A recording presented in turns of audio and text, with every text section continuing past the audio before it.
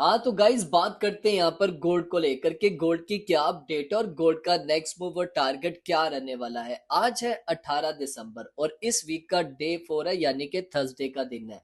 और गोल्ड अभी ट्रेड हो रहा है $4,333 पे। अब गोल्ड यहाँ से बाय होगा या सेल होगा, इसके ऊपर हम काफी डिटेल में बात करेंगे। और इसी के साथ से जो कल मैंने आपके साथ सेटअप शेयर किया था उसका क्या रिजल्ट है वो भी मैं आपके साथ शेयर करूंगा। और हाँ, आप में से काफी मेंबर एक क्वेश्चन मुझसे बार बार कर रहे थे कि भाई हमें ये चीज क्लियर नहीं होती कि गोल्ड का जो बायस है, जो ट्रेंड है, वो बुलिश है कि बेरिश है। हमें कैसे पता चलेगा? हम कई बार ट्रैप हो जाते हैं, हमें समझ नहीं आती। तो चलो आज वो भी कॉन्सेप्ट मैं आपका क्लियर करने वाला हूँ। और सो गाइज ये वो सेटअप है जो कल की वीडियो में मैंने आपके साथ शेयर किया था। गोल्ड उस वक्त ट्रेड हो रहा था $4,316 के पास और मैंने आपको बोला था कि गोल्ड का ये स्ट्रॉन्ग डिमांड जोन है जो कि बनता है तकरीबन 4,313 का, और ये डेड जोन भी है। गोल्ड ने अगर इस लेवल को ब्रेक किया तो फिर हम एक्सपेक्ट कर सकते हैं कि गोल्ड नीचे आएगा 4,300, फिर 4,290 और इवन के 4,260 तक आ सकता है। लेकिन जब तक इसके ऊपर है ना, तो गोल्ड को अभी भी मैं एक्सपेक्ट करता हूँ कि गोल्ड यहाँ से अप साइड की तरफ जाएगा। और पहला जो आपका टारगेट होगा 4,313 से $4,225। आपने इस जोन में रह के ट्रेड नहीं करनी, 4,225 से $4,330 के जोन तक। और जैसे ये 4,333 पे आता है, आप यहाँ पर अपनी बाय ट्रेड प्लान कर लेना और 100 से 200 पिप आपको आराम से दीजिएगा। मैंने दोनों सेटअप आपके साथ शेयर किए थे, तो अभी मैं आपको उसका रिजल्ट भी दिखा देता हूँ। ये वो सेटअप था जो कल की वीडियो में मैंने आपके साथ शेयर किया था। मैंने आपको बोला था कि ये स्ट्रॉन्ग डिमांड जोन है 4,313 का, जब तक ये लेवल ब्रेक नहीं होगा। क्योंकि अगर आप देखो तो यहाँ पर गोल्ड का ये हाई है, ये लो है और ये हाई है। तो जारी बात है, जब इसने अपने इस हाई लो को ब्रेक कर देना है तो इसका तो स्ट्रक्चर ही बेरिश हो जाना है। तो ये इतनी जल्दी तो इस लेवल को ब्रेक नहीं करेगा। तो इसने ऐसे ही किया, 4,313 से दोबारा से बाउंस किया और ये अप साइड पे गया।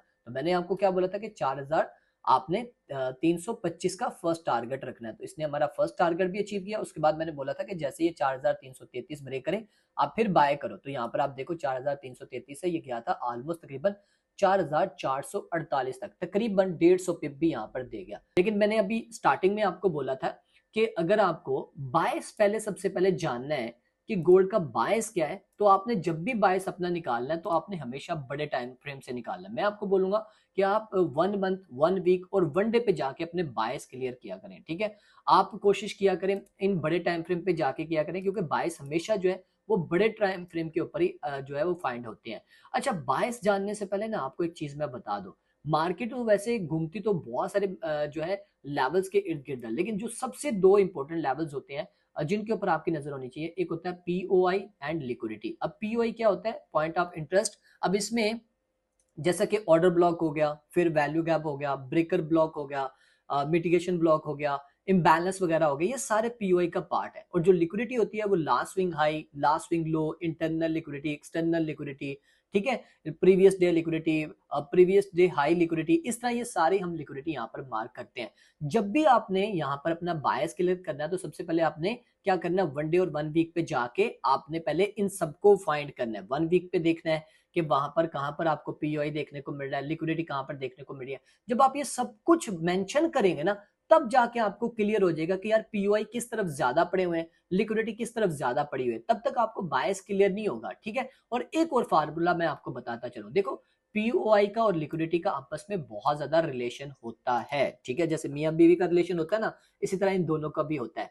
तो होता ऐसे है कि अगर एग्जांपल ले लो, मार्केट यहाँ पर अपर साइड पे जाती है और लिक्विडिटी हंटिंग करती है। लिक्विडिटी हंटिंग करने के बाद जैसे इसने लिक्विडिटी हंट कर ली या प्रीवियस डे हाई की, ठीक है, या आपको प्रीवियस जो कैंडल है उसके ऊपर की, उसने लिक्विडिटी स्वीप कर ली, तो ये क्या करेगा, ये नीचे की तरफ आएगी, जहां पर पीओआई बने होंगे उसको जाके ये टारगेट करेगी। और जैसे पीओआई यहाँ पर इसने टारगेट कर लिया, उसको टैप कर लिया, तो उसके बाद कहां पर जाएगी ये लिक्विडिटी। फिर जैसे लिक्विडिटी ले ली, फिर उसके बाद कहां पर आएगी पीओआई, फिर लिक्विडिटी ले लें, फिर पीओआई। इस तरह करके मार्केट यहाँ पर वर्क करती है। फिर आपको जाके बायस क्लियर होते हैं। अगर देखो यहाँ पर नीचे पीओआई नहीं है तो ये क्या करेगी, ये नीचे आएगी नहीं, ये यहाँ पर एक स्विंग बनाएगी और यहाँ से फिर ऊपर चली जाएगी, क्योंकि तो नीचे इतना कोई स्ट्रॉन्ग पीओआई है ही नहीं, वो इस वजह से ऊपर चली जाती है। ठीक, सो गाइस जैसा कि मैंने आपको बताया कि सबसे पहले हम क्या करेंगे, बड़े टाइम फ्रेम पे पीओआई और लिक्विडिटी को फाइंड करेंगे। तो यहाँ पर हम सबसे पहले लिक्विडिटी को देख लेते हैं। तो हमारे पास जो यहाँ पर लिक्विडिटी आ रही है वो यहाँ पर इन लेवल्स के ऊपर आ रही है। यहाँ पर आप देखो इस लेवल की अभी भी लिक्विडिटी रहती है और इससे प्रीवियस लेवल्स की भी यहाँ पर हमें लिक्विडिटी देखने को मिल रही है। लेकिन हम यहाँ पर देखते हैं कि जो लास्ट यहाँ पर जो लिक्विडिटी स्वीप हुई है उसका क्या रिजल्ट है। आपको तो तभी क्लियर होगा ना। हमारे पास ये देखो, ये 16 दिसंबर की कैंडल है और ये हमारे पास 17 दिसंबर की है, ठीक है। तो इसने क्या किया हुआ है, प्रीवियस डे की यहाँ पर लिक्विडिटी स्वीप की हुई है। तो हमने यहाँ पर फिल वक्त के लिए हमने 2 दिन की सिर्फ यहाँ पर लिक्विडिटी मेंशन की हुई है, प्रीवियस को भी हम यहाँ पर नहीं काउंट करेंगे, ठीक है। और अगर आप यहाँ पर देखो तो हमारे पास जो पीओआई बन रहे हैं वो हमारे पास बन रहा है, एक तो ये हमारे पास और दूसरा ये हमारे पास फेयर वैल्यू गैप है। और यहाँ पर अगर आप गोल्ड का स्ट्रक्चर देखो तो गोल्ड का स्ट्रक्चर भी यहाँ पर बुलिश हमें देखने को मिल रहा है। यहाँ पर आप देखो, ये इसका हाई है, ये लो है, फिर हाई बनाया, फिर लो बनाया और यहाँ पर इसने अपना हाई बनाया।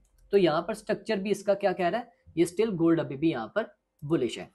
तो भी हमने 1 डे के टाइम फ्रेम के ऊपर इसका पीओआई फाइंड किया है और लिक्विडिटी। अब हम क्या करेंगे, 4 घंटे पे जाएंगे, 4 घंटे पे भी देखेंगे 4 घंटे पे हमारे पास कहाँ पर पीओआई है और लिक्विडिटी हमें कहाँ पर देखने को मिल रही है, ठीक है। तो अगर हम 4 घंटे पे देखें तो हमारे पास जो लिक्विडिटी आ रही है वो इस लेवल की आ रही है। यहाँ पर अभी भी इसकी लिक्विडिटी इसने स्वीप करनी है। ये याद रखना कि आपके पास ये जो कैंडल है ना, ये 16 दिसंबर की है, ठीक है, ये 16 दिसंबर की है और जो इसने लिक्विडिटी स्वीप की है वो 17 दिसंबर को की है। तो हमने यहाँ पर देखा कि हमारे पास एक पीओआई यहाँ पर बन रहा है और इसके अलावा हमारे पास कोई और पीओआई नहीं है, ठीक है। अब यहाँ पर हम देखेंगे 1 घंटे के टाइम फ्रेम पे, हम 1 घंटे पे आ जाएंगे। जैसे हमने 1 घंटे पे आए और हमने यहाँ पर देखना है 1 घंटे पे हमारे पास कहाँ पर पीओआई यहाँ पर देखने को मिल रहे। तो यहाँ पर हमारे पास 1 घंटे के टाइम फ्रेम पे जितने भी पीओआई थे वो ऑलरेडी यहाँ पर इसने टेस्ट कर लिए हुए। कैसे किए मैं आपको बताता हूँ। जैसे मैंने आपको बोला था कि क्या करते हैं यहाँ पर गोल्ड, वो सबसे पहले या तो लिक्विडिटी स्वीप करेगा या फिर पीओआई को टेस्ट करेगा। तो इसने क्या किया, पहले यहाँ पर ऊपर गया, यहाँ पर इसने हाई लगाया, तो नीचे आया, यहाँ पर एक पीओआई था, यहाँ पर आप देख रहे हो बड़ा सा फिर वैल्यू गैप भी है और ऑर्डर ब्लॉक भी है। और इसने क्या किया, इस फिर वैल्यू गैप को फिलअप किया, यहाँ पर इस पीओआई को फिलअप किया, उसके बाद ये ऊपर गया। ऊपर जाने के बाद इसने क्या किया, अपने प्रीवियस डे की जो लिक्विडिटी थी उसको इसने स्वीप कर लिया। यहाँ पर आप देख सकते हो 17 दिसंबर को इसने वो लिक्विडिटी स्वीप की।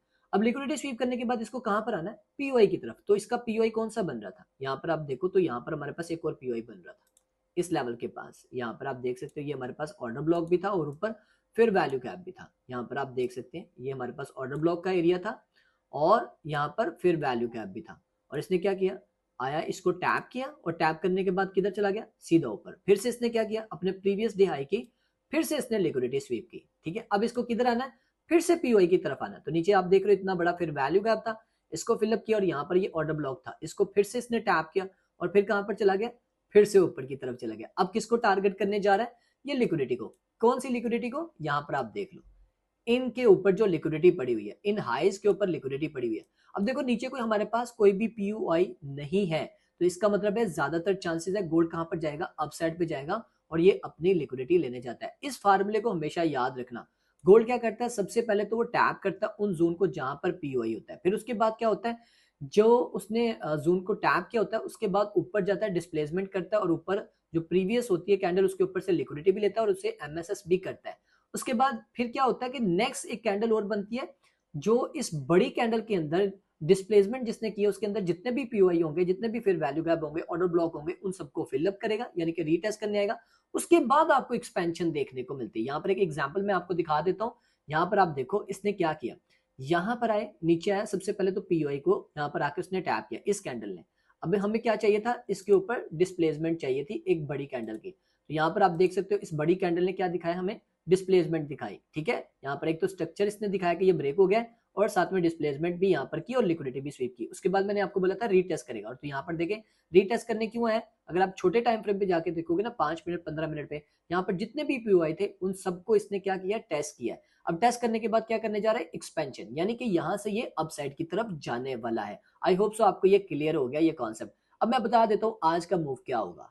आज के मूव के हिसाब से अगर आप देखो तो यहाँ पर गोल्ड जो है स्टिल अभी भी इसी ट्रेंड लाइन से सपोर्ट ले रहा है और जैसे मैंने आपको बताया कि ऊपर की तरफ काफी ज्यादा लिक्विडिटी है, यानी कि ये जो एरिया है ये लिक्विडिटी का है जो कि हमारे पास बनता है $4,350-55 का, और उसके ऊपर भी काफी तगड़ी लिक्विडिटी पड़ी हुई है, ठीक है। और जैसे गोल्ड अपने $4,340 के लेवल को ब्रेक करके ऊपर टेस्ट करता है तो फिर चांसेस है इन सब के ऊपर जितनी भी लिक्विडिटी पड़ी हुई है वो सारी लिक्विडिटी ले सकता है और हम यहाँ पर एक्सपेक्ट कर सकते हैं $4,350 तक।